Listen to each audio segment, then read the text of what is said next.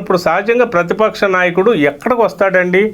ఎక్కడన్నా విచ్ఛిన్నం జరిగితేనో, ఆర్థికంగా అక్కడ ఇబ్బంది కలిగితేనో, సామాజిక అభివృద్ధి లేనప్పుడు ఇంకొక చోట వినూత్న ప్రదర్శన చేయాలి. ఇప్పుడు మాకు ఎగ్జాంపుల్ మీకు చెప్తాను. పాలకొల్లో రామానాయుడు గారు ఉన్నారు. ఆ నియోజకవర్గంలో ఆయన అప్పుడు కూడా ఎమ్మెల్యేని. రోడ్లు వేయట్లేదని ఏం చేశారండి? ఆయన రోడ్ల మీద గోతులు పడితే అక్కడ చేపలు వలేసి పట్టుకున్నాడు.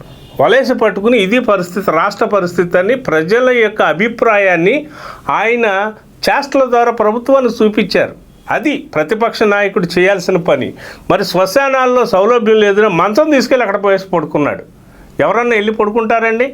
అది సామాజిక స్పృహ కలిగినటువంటి నాయకుడు చేయవలసిన పని. అటువంటి పనులు మానేసి ఎవడో గంజాయి అమ్ముకుని విశృంఖలాలు చేసి ఆడపిల్లల్ని ఏడిపించి రౌడీ షీటర్లని రోడ్డు మీద కొట్టడం అనేది తప్పు. దాన్ని తప్పుగా ఖండించాలి. ఒక ప్రధాన ప్రతిపక్ష హోదా లేదు మీకు. మాజీ ముఖ్యమంత్రిగా అయినా నువ్వు అక్కడికి వెళ్ళి విధ్వంసాలు సృష్టించే పరిస్థితి మీరు తీసుకొచ్చారు. ఏం చేశారు? మీకు పర్మిషన్ లేదు. పర్మిషన్ ఉంటే మీరు వెళ్ళొచ్చు. తర్వాత పర్మిషన్ లేకపోయినా ప్రభుత్వం మీద ఒత్తిడి తెచ్చి చట్టపరంగా ప్రతిపక్ష నాయకుడు వెళ్ళాలి కాబట్టి చట్టపరమైన హక్కు తెచ్చుకుని నువ్వు ఎంతమంది కార్యకర్తలకు నువ్వు పర్మిషన్ ఉంది? నీతో పాటు 200 మంది నువ్వు పర్మిషన్ తీసుకుని వేలాది మందిని రప్పించుకుని నీ కారు కింద ఒక సామాన్య వ్యక్తి ప్రాణం విలవిల్లాడితే ఆ వ్యక్తిని కారు టైర్ కింద నుండి తీసి రోడ్డు మధ్యలో మరి డివైడర్ మీద పడేసి వెళ్ళిపోయారంటే అసలు ఏంటి పరిస్థితి?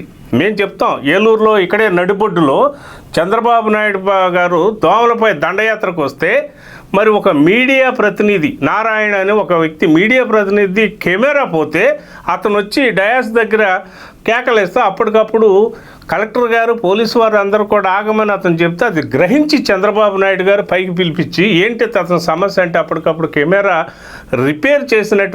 రిపేర్కి ఇంత అవుతుందంటే కలెక్టర్ గారు శాంక్షన్ చేయమని ఆర్డర్ ఇచ్చినటువంటి ముఖ్యమంత్రి నారా చంద్రబాబు నాయుడు గారు. నువ్వు ఒక మనిషి ప్రాణాన్ని నిర్దాక్షిణ్యంగా తీసేసి అక్కడ పడేసి వెళ్ళిపోయారంటే కనీసం ఆ డ్రైవర్కి జ్ఞానం లేదు. దానిలో ప్రయాణం చేసేటటువంటి మాజీ ముఖ్యమంత్రి అని చెప్పుకోవడానికి కూడా సిగ్గు. పులివెందుల ఎమ్మెల్యే కూడా కనీస జ్ఞానం లేకుండా